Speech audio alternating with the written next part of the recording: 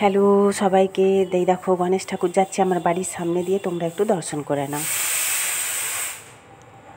Hello, good morning, শুভ সকাল। কেমন আছো তোমরা সবাই? নিশ্চয়ই সবাই ভালো আছো, আমিও ভালোই আছি। তো আজ হচ্ছে তোমার শনিবার। যেই ভিডিওটা আগে দেখলে ঠাকুরের, ওটা হচ্ছে শুক্রবার রাত্রে। যেহেতু আমি শুক্রবার ভিডিও কিছু করি না, ওই কারণে হচ্ছে রাত্রে ঠাকুর যাচ্ছিলো, সেটা একটু ক্লিপ নিয়ে রেখেছিলাম। তো যাই হোক, এখন শনিবার সকালবেলা বরমশাই চলে গেছে ডিউটি, চিচিঙ্গা ভাজা রুটি নিয়ে গেছে। জানোই তোমরা শনিবার সে আসে না দুপুরে খেতে, তো ওই কারণে রুটি নিয়ে গেছে, রুটি করে দিয়ে দিয়েছি। ওই যে চিচিঙ্গা ভাজা দেখলে কড়ার মধ্যে একটুখানি আছে, ওটা নিজের জন্য রেখেছি, দুপুরে খাবো ভাতের সাথে। আর বরমশাইকে দিয়েছি, আর ডাল বাটি করে দিয়েছি, ডাল না ছোলার ডাল। তো যাই হোক, চলে এইটা মাখছি হচ্ছে আমার নিজের জন্য, দুটো পরোটা করব, নিজে খাবো। যেহেতু শুক্রবার এক প্রকার উপাসই করি, তো সেহেতু শনিবার হচ্ছে সকালে ভীষণ না খিদে পেয়ে যায়, জানো তো। তো এই কারণেই দুটো পরোটা একবারে করে নিচ্ছি।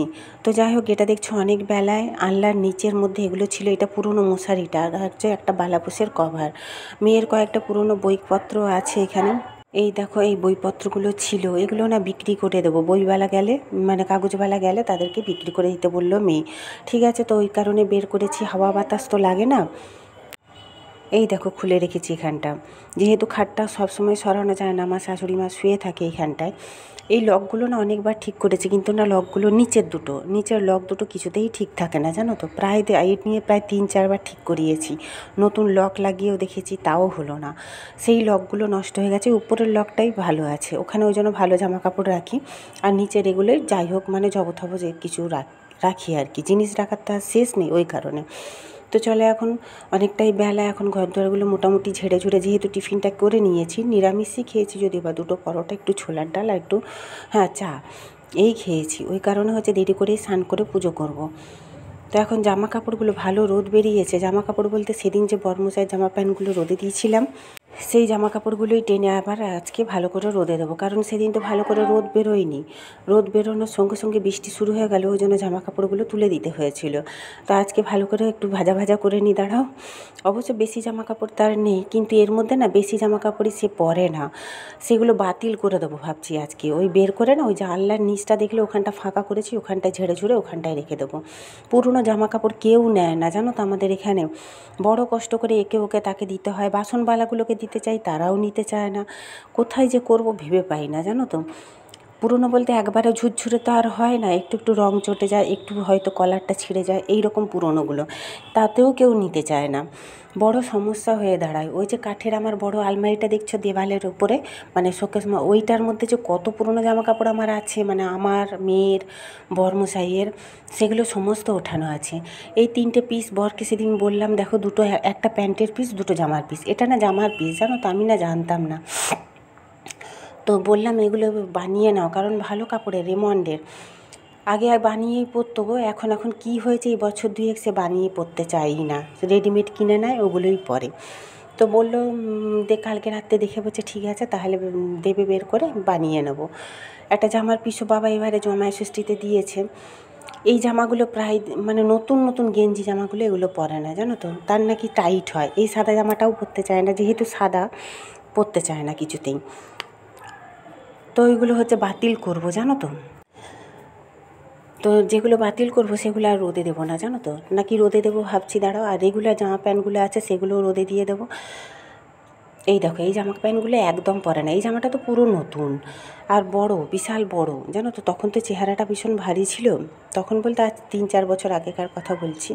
3-4 বছর না, আরও বেশি হবে। সুগারটা হওয়ার পর থেকে অল্প অল্প করে চেহারাটা ভাঙতে শুরু করলো, নাহলে আমার বরের চেহারা ভীষণ ভারী ছিল।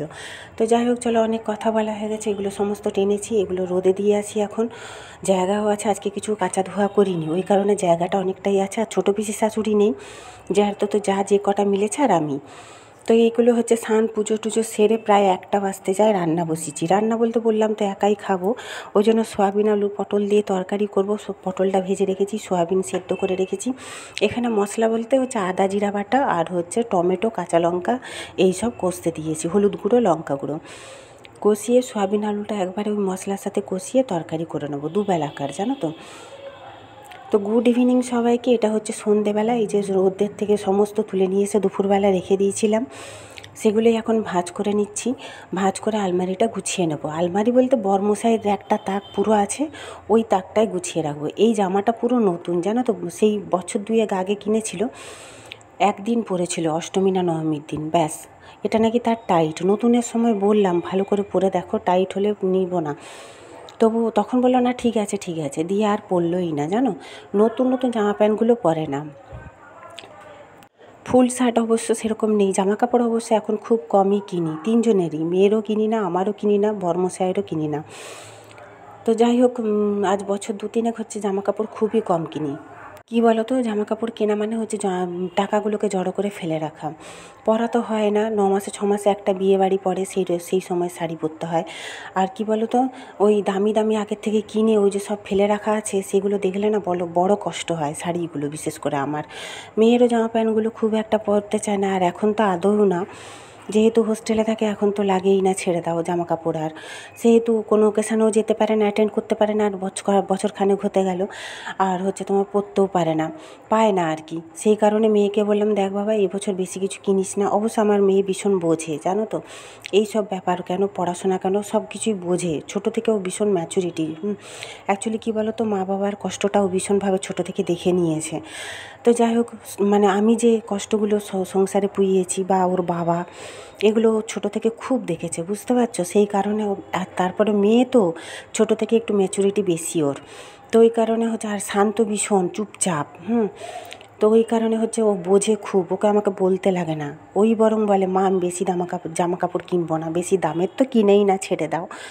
তো যাই হোক, চলো এখন এগুলো সমস্ত গোছানো, এই যে কথা বলতে বলতে আমার হয়ে গেছে। আলমারি মানে বরের আলমারির তাকটা হচ্ছে তোমার গুছিয়ে নেব, দিয়ে ভালো করে ন্যাপথলিন দিয়ে রাখবো। জানো তো কী হয়েছে, আমার না একটা বড় সমস্যা দেখা দিচ্ছে। কী সমস্যা বলো তো, আলমারিটাও আমার ড্যাম গন্ধ ছাড়ছে, মানে আলমারির ভেতরে জামা কাপড়গুলো। এবার তাহলে বলো আমি জামা কাপড় কোথায় রাখবো? আলমারিটাই তো রাখতেই পারি না, ওই দেওয়ালে যে কাঠের নতুন করেছি, শখ করে করলাম যে জামা কাপড় রাখতে পারবো, ভালো জামা কাপড় তো ওখানে রাখতেই পারি না। এত গুছিয়ে রাখি, দেখাই তো তোমাদের আগের ব্লগে, তোমরা দেখিয়েছো অনেক আগের ব্লগে। এত গুছিয়ে রোদে দিয়ে প্যাকেট ন্যাপথলিন দিয়ে প্লাস্টিকে মুড়ে করে রাখি, তাও থাকে না, গন্ধ ছেড়ে যায়। 2 দিন রাখলেই গন্ধ ছাড়ে। এগুলো সমস্ত বাতিল করে দিয়েছি, এগুলো ওই আলনার ওখানে রেখে দেবো। যেগুলো বাতিল করেছি সেগুলো আর আলমারিতে রাখবো না। তো আলমারির জামা কাপড়গুলো যে এত রোদে দিচ্ছে, এত করছি, তাও কেন গন্ধ ছাড়ছে জানি না। সেই নিয়ে জায়ের সাথে বকবক করছিলাম। তাই বরকে বলছিলাম একটা আলমারি কিনে দাও, কারণ ভালো জামা কাপড় আর রাখার আমার জায়গা নেই।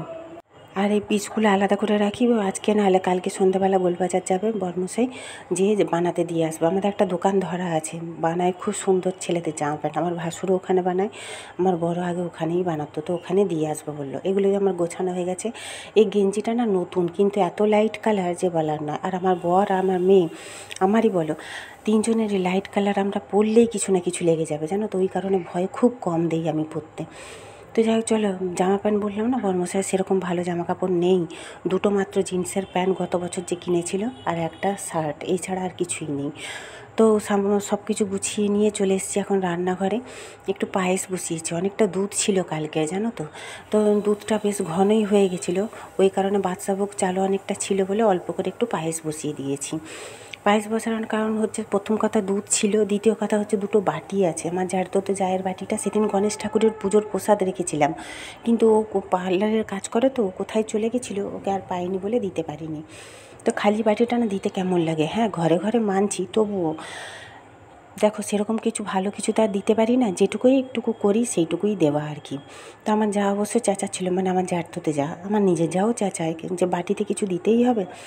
দেখো ওরাও দেয়, আমিও দেই, তবেই তো। তো যাই হোক, এই যে জায়ের বাড়িটাও আছে। এই দুধটা রেখে দিচ্ছি, এটা আজকের চা পাতা দেখেছো কতটুকু আছে। সোমবার আমাকে কোঅপারেটিভ যেতেই হবে। সোমবার যদি কোঅপারেটিভ না যাই, দোকানের সমস্ত জিনিস বাড়ন্ত। শুধু দোকান কেন, ঘরেরও বাজারপত্র সমস্ত বাড়ন্ত, জানো তো। পেমেন্টটা যে কবে ঢুকবে জানি না, প্রাইভেট কাজ, তারপরে এই কটা পয়সা কী করে যে চালাচ্ছি না, সে একমাত্র উপরওয়ালা ছাড়া কেউ জানে না। তো যাই হোক, চলো এখন বলে লাভ নেই কাউকে কিছুই। তো চলো এখন পায়েসটা বেড়ে নিই। এই দেখো, একটু এলাচ দেবো, একটু গরম মশলা দেবো, গোটা গরম মশলা আর কি। পায়েসটা হয়ে গেছে আমার। এই যে জায়ের বাটি আছে আর জ্যাঠতো জায়ের বাটি, দুটোতে একটু একটু করে বেড়ে নেব। তো বরমশাই এসে গেছে, তাকেও একটু খেতে দেবো। পায়েস খাবে। একটু ভাত করে রেখেছি, জানোই তো শনিবার আজকে দুপুরে সে ভাত খায়নি। একটু ডাল বসাবো, একটু ডিম সেদ্ধ করব, দাঁড়াও তোমাদের সাথে শেয়ার করব। তো এই যে পায়েসটা বেড়ে নিয়েছি, তো যাকে ডাকলাম, দিদি একটু নেমে এসে, ও তো অভ্যাসের উপরে থাকে, মানে হচ্ছে তোমার ওই যে ছোটো কাকা শ্বশুরের ছেলের বউ, তো নাপছে বলল, তো ওই কারণে বেড়ে নিচ্ছে। আর আমার যাও নিচে নেমেছে, ওকেও দিয়ে দেবো বাটিটা, অল্প করেই করেছি।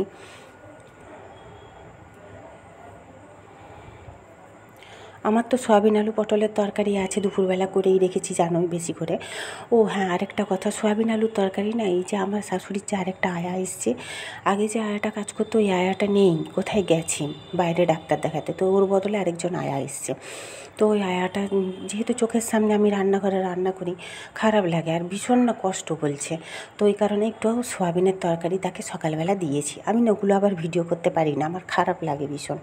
তো যাই হোক, এই যে বরের জন্য ডিম সিদ্ধ করা হয়ে গেছে, ডালও হয়ে গেছে, আলু সেদ্ধ বসিয়েছি কুকারে, অল্প করে একটু আলু দিয়ে ডিম দিয়ে সেদ্ধটা মেখে দেবো পেঁয়াজ কুচিয়ে, তাহলে রাতের ভাত তো খাওয়া হয়ে যাবে। আর ডাল আর হচ্ছে একটু পটল ভেজে দেবো। এই কড়াটা কিন্তু সকালে উচ্ছে ভেজেছিলাম নিজের জন্য, জানো তো, গোল গোল করে অল্প করে, সেই কড়াটা মাজা হয়নি, নিরামিষ এমনি, ওটা এখন মেজে নেব। আর মাজা কড়াই বরমশাইয়ের জন্য দুটো পটল ভেজে দেবো, ব্যাস তাহলেই হয়ে যাবে।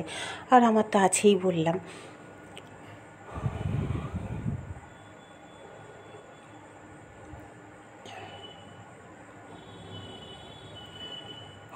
ডালটা হয়ে গেছে, ঢাকা দিয়ে দিই, দাঁড়াও। খুব ঘনও করিনি, খুব পাতলাও করিনি, জানো তো, আমারও একটু ভাতের সাথে খাওয়া হয়ে যাবে, বরং না হলে রেখে দেবো, কালকে সকালে হয়ে যাবে অবশ্য। তো আমার এই ভিডিওগুলো তোমাদের কেমন লাগছে তোমরা কিন্তু জানাতে একটু ভুলো না। যদি ভালো লেগে থাকে, সবার কাছে রিকোয়েস্ট রইল, বড় দাদা দিদিদের কাছে, ছোটো ভাই বোনেদের কাছে, তোমরা একটু সাপোর্ট করো। তোমাদের সাপোর্ট আমার ভীষণভাবে দরকার। তো যাই হোক, চলো, এই যে দুধটা রেখে দিচ্ছি, এটা কালকে সকালে চায়ের জন্য, মানে আজকেরই দুধটা ফুটিয়ে এই কাপড়টা মেলে দিই, দাঁড়াও, এটা আমার হাত মোছার কাপড়। জানোই তো এই পাতলা পাতলা কাপড়গুলো হাত মুছতে কত ভালো হয়। তো এটা কিন্তু ছিঁড়ে এসছে, জানো তো, একেই তো ছেঁড়া নাইটিটা ছিল, তা ভেজা ভেজা থেকে থেকে না ছিঁড়ে যাচ্ছে, আরও দুটো কাপড় ছেঁড়া বের করতে হবে। চলো এবার ঘরে যাই। বরকে আনতে বলেছিলাম, এই যে দোকানে দুটো জিনিস, মানে বিস্কুট প্যাকেটটা একদমই শেষ হয়ে গেছে, ওই জন্য মারিগোল্ডটা নিয়ে এসেছি। কিন্তু এটা না গতবার সে দেখেছিল তো তোমরা, কৌটো ফ্রি দিয়েছিল, সেটাই খেয়াল করে দেখছি যে কৌটোটা কি ফ্রি লেখা নেই, দেখছি না লেখা নেই। এটা হচ্ছে মানে এই মাসের নতুন প্যাকেট আর কি বেরিয়েছে। বিক্স ফার্মের এই সুগার ফ্রিটা আনি, সে আজকে নিয়ে এসেছে ব্রিটানিয়ারটা, কেমন হবে জানি না, এটা কিন্তু আমরা খাই না, আমি তো খাই না, আমার বর খায়, আমার মেয়ে খায়, যদিও বা ওরা বিক্স ফার্মের সে ক্রিম কেকারটা খায়। এটা নিয়ে এসছে নতুনত্ব, কেমন হবে জানি না। আর একটু বেসন আনতে বলেছিলাম, বেসনটা এখন বলছি না, দোকানের সমস্ত জিনিসই বারণ তো আমার, তো এগুলো এখন গুছিয়ে রাখি। তো আজকের মতন টাটা। এই ফ্যানটা আজকে মেজে ধুয়ে ঘষে পরিষ্কার করেছিলাম, খুলে দুপুরবেলা দিয়ে সন্ধ্যেবেলা সেট করেছি। তো যাই হোক, চলো আজকে এখানে ইতি করছি, কালকে আবার দেখা হবে আবার একটা নতুন ভিডিওর সাথে তোমাদের সাথে। তো টাটা, গুড নাইট, সবাই ভালো থেকো, সুস্থ থেকো।